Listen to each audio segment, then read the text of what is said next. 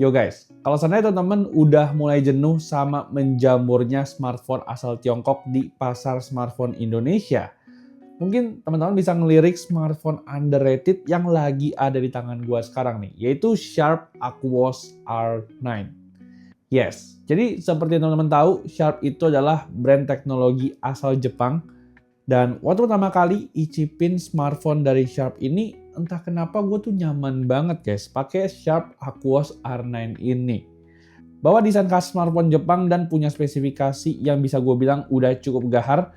Selama 2 minggu ini, gue pakai smartphone ini tuh bener-bener ngasih experience yang totally berbeda guys, ketimbang sama pakai smartphone Tiongkok lainnya.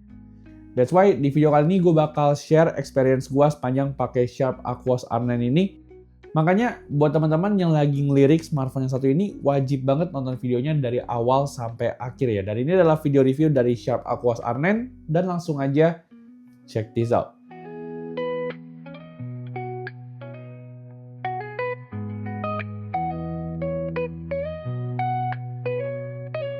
Alright, kalau seandainya kita ngomongin soal smartphone Jepang, tentu nggak asik kalau seandainya kita nggak bahas dari sektor desainnya dulu nih. Yang kelihatan simple, tapi looks-nya tuh kelihatan elegan banget.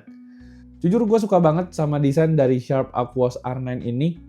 Dimana dari segi form factor-nya dan juga feel di tangannya, smartphone ini tuh berasa cukup nyaman ya. Meskipun gue yakin nggak semua orang bakal suka sama desain frame kamera dari Sharp Aquos R9 ini. Nah, mungkin somehow beberapa orang bakal agak kurang sreg waktu pertama kali lihat desain frame kamera dari si Sharp Aquos R9 ini. Tapi entah kenapa kalau buat gue pribadi, gue tuh justru excited guys. Karena smartphone ini tuh desainnya anti mainstream dan punya karakter desainnya sendiri. Terus kalau kita ngomongin soal varian warna, di Indonesia ini tuh hadir dengan 2 varian, yaitu warna hijau dan juga warna putih yang lagi gue pegang sekarang. Tapi kalau boleh kasih saran sih, teman-teman mending ambil yang varian warna putihnya ya. Yang menurut gue kasih look yang clean dan juga classy banget.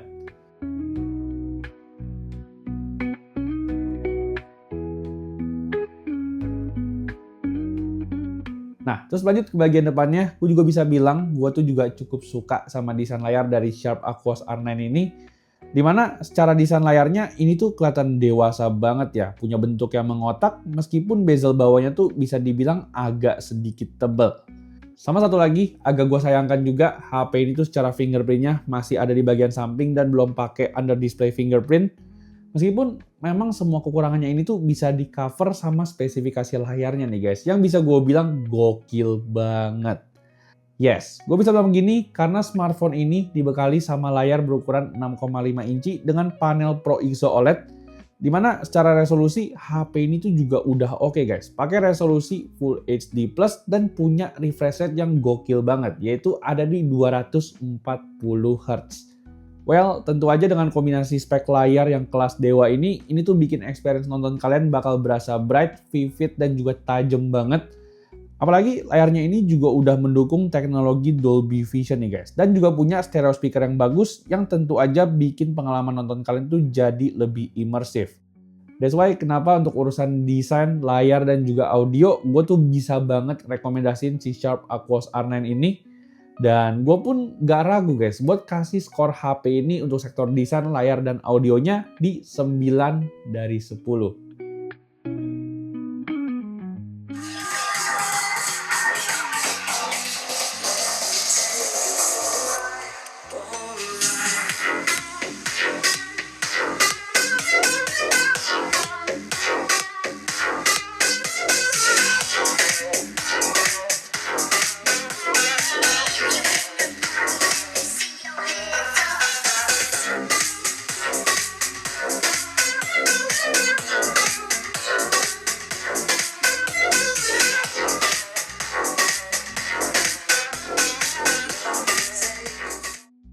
Terus kita lanjut ke sektor berikutnya, yaitu ngebahas soal performance dari Sharp Aquos R9 ini. Sebenarnya kalau kita ngomongin soal opini gue sih, gue tuh entah kenapa ngerasa penamaan SoC di smartphone ini tuh yang bikin HP ini jadi underrated guys. Di sini untuk penamaannya, SoC yang dipakai sama HP ini tuh pakai Snapdragon 7 Plus Gen 3 dengan RAM 12GB dan juga storage 256GB. Dimana sebenarnya kalau kita ngomongin secara performanya tuh 7 Plus Gen 3 bener-bener 11-12 guys, sama chipset Snapdragon 8S Gen 3. Di sini gue udah buktiin sendiri mulai dari tes benchmark sampai tes gaming sekalipun, HP itu benar-benar menawarkan performa kelas smartphone flagship. Bahkan buat main game berat semacam Genshin Impact pun smartphone ini juga masih aman loh buat main Genshin Impact di highest 60 fps dengan suhu yang cukup terjaga berkat teknologi cooling vapor chamber-nya. Yang gue suka juga, by default smartphone ini tuh pakai stok Android 14 yang feel-nya tuh berasa clean dan juga super smooth. Dan ini tuh menurut gue adalah satu hal yang jadi pembeda guys ketimbang sama smartphone Tiongkok yang udah mainstream banget. That's why smartphone itu bisa jadi opsi buat teman-teman yang suka sama karakteristik dari stok Android. Dan overall sih, kalau kita ngomongin soal performanya, nggak usah diraguin lagi lah. HP ini tuh udah kenceng banget, apalagi kalau cuman untuk penggunaan sehari-hari.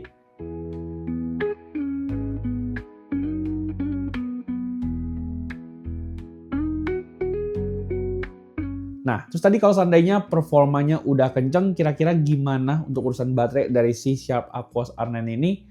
Untuk baterai sendiri, mungkin kita bakal mulai dulu dari kapasitas baterainya ya. Dimana meskipun secara kapasitas baterainya smartphone ini tuh cuman ada di 5000 mAh, tapi karena softwarenya yang pakai stok Android yang berasa cukup ringan, smartphone ini tuh aman banget loh guys untuk pemakaian teman-teman satu harian penuh. Gue sendiri udah cobain smartphone ini untuk pemakaian satu harian penuh untuk Google Map, main game, atau bahkan untuk dipakai untuk foto-foto, smartphone ini tuh bisa ngasilin SOT di angka 7-8 jam. Dan yang gue suka, Sharp Aquos R9 ini juga masih dibekali sama charger 30 watt nih guys, yang bisa ngecas smartphone ini dari 0 ke 100 dalam waktu 75 menit aja.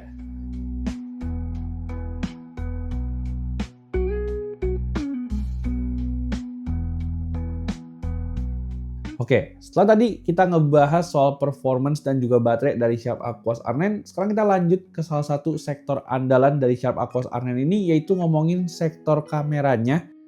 Dimana kalau kita ngomongin urusan kameranya, Sharp itu nampaknya cukup serius ya. Gak nanggung-nanggung, mereka tuh menggandeng Leica untuk pengembangan kamera dari Sharp Aquos R9 ini.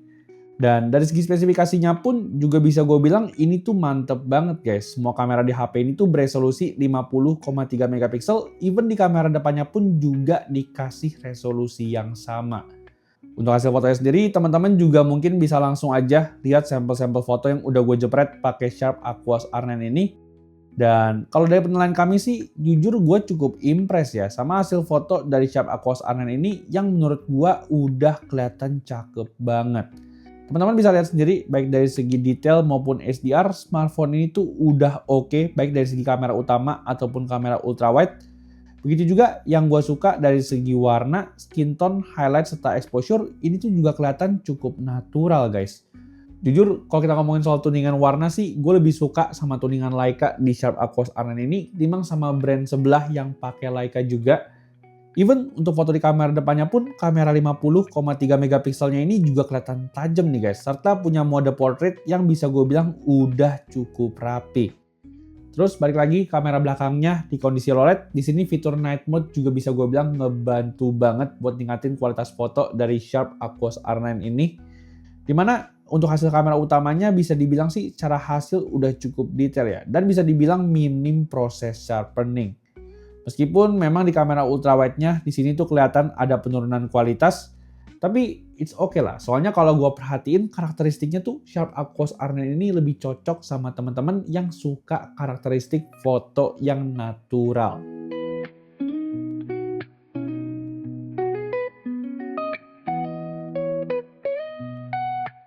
Nah, gak cuman sektor fotografinya aja yang udah cakep, di sektor videografinya pun di sini Sharp Aquos R9 juga udah didukung sama perekaman di resolusi 4K, dimana yang gue suka baik dari segi kamera belakang ataupun kamera depannya ini tuh bisa sama-sama nge-record di resolusi 4K loh guys. Secara hasilnya pun berkat hadirnya OIS dan juga EIS, smartphone ini tuh punya perekaman 4K yang bisa gue bilang tuh udah cukup stabil.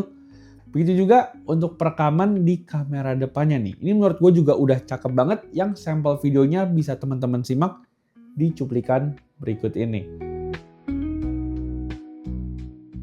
So guys, jadi ini adalah sample recording dari kamera depannya Sharp Aquos R9, dan di sini untuk recordingnya kamera depan dari Sharp Aquos R9 itu bisa mentok sampai resolusi 4K ya guys.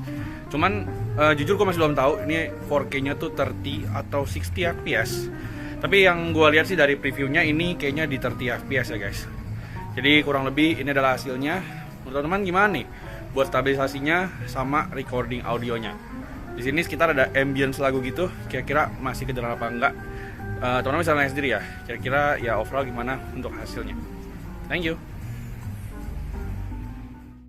Nah, terus lanjut ke sektor terakhir. Tadi setelah kita ngebahas semua aspek tentang Sharp Aquos R9 ini, sekarang kita masuk ke aspek yang terakhir, yaitu ngomongin soal harga dan juga kesimpulannya. Bisa dibilang untuk harganya sendiri Sharp Aquos R9 ini pas awal launching itu cukup tinggi ya. Ada di 9.999.000. Tapi dengan catatan harga yang gue sebutin barusan ini tuh belum termasuk harga diskon dari potongan voucher marketplace. Dimana kalau seandainya teman-teman sekarang cek ke official store-nya Sharp Indonesia, HP itu dibanderol dengan harga 8.799.000 nih guys. Yang tentu aja lebih reasonable untuk Sharp Aquos R9 ini. Well, dengan harga tersebut gue bisa bilang Sharp Aquos R9 itu jadi cukup worth it buat teman-teman pertimbangin di tahun 2025 ini. Apalagi mungkin teman-teman adalah orang yang udah mulai bosen ya sama smartphone asal Tiongkok dan pengen nyobain experience pakai smartphone dari Jepang. Soalnya kalau kita ngomongin dari segi experience softwarenya, dari segi performa dan juga kameranya, Sharp Aquos R9 itu sebenarnya udah oke banget. Apalagi kalau kita ngomongin soal fitur-fitur esensialnya, Sharp Aquos R9 itu juga udah cukup lengkap guys. Punya fitur NFC, military grade, dan juga punya IP rating yang udah cukup lengkap. That's why itu adalah alasan kenapa gue bisa bilang Sharp Aquos R9 ini adalah smartphone yang worth it bagi kami. Tapi sebenarnya gue pengen denger juga pendapat dari teman-teman semua nih. Kira-kira setelah nonton review ini, pendapat kalian gimana untuk Sharp Aquos R9 ini? Teman-teman mungkin bisa langsung aja drop komen di bawah ya. Dan let me know gimana pendapat teman-teman sama Sharp Aquos R9 ini. Jadinya palingan segitu dulu aja dari kami untuk review dari Sharp Aquos R9 ini. Seperti biasa, buat teman-teman yang mungkin ngerasa kebantu dan juga suka sama video ini, bantu gue untuk klik tombol like, subscribe, dan juga share video ini ke teman-teman kalian ya. Gue Bang Jo pamit dan kita jumpa lagi di video selanjutnya. Bye-bye!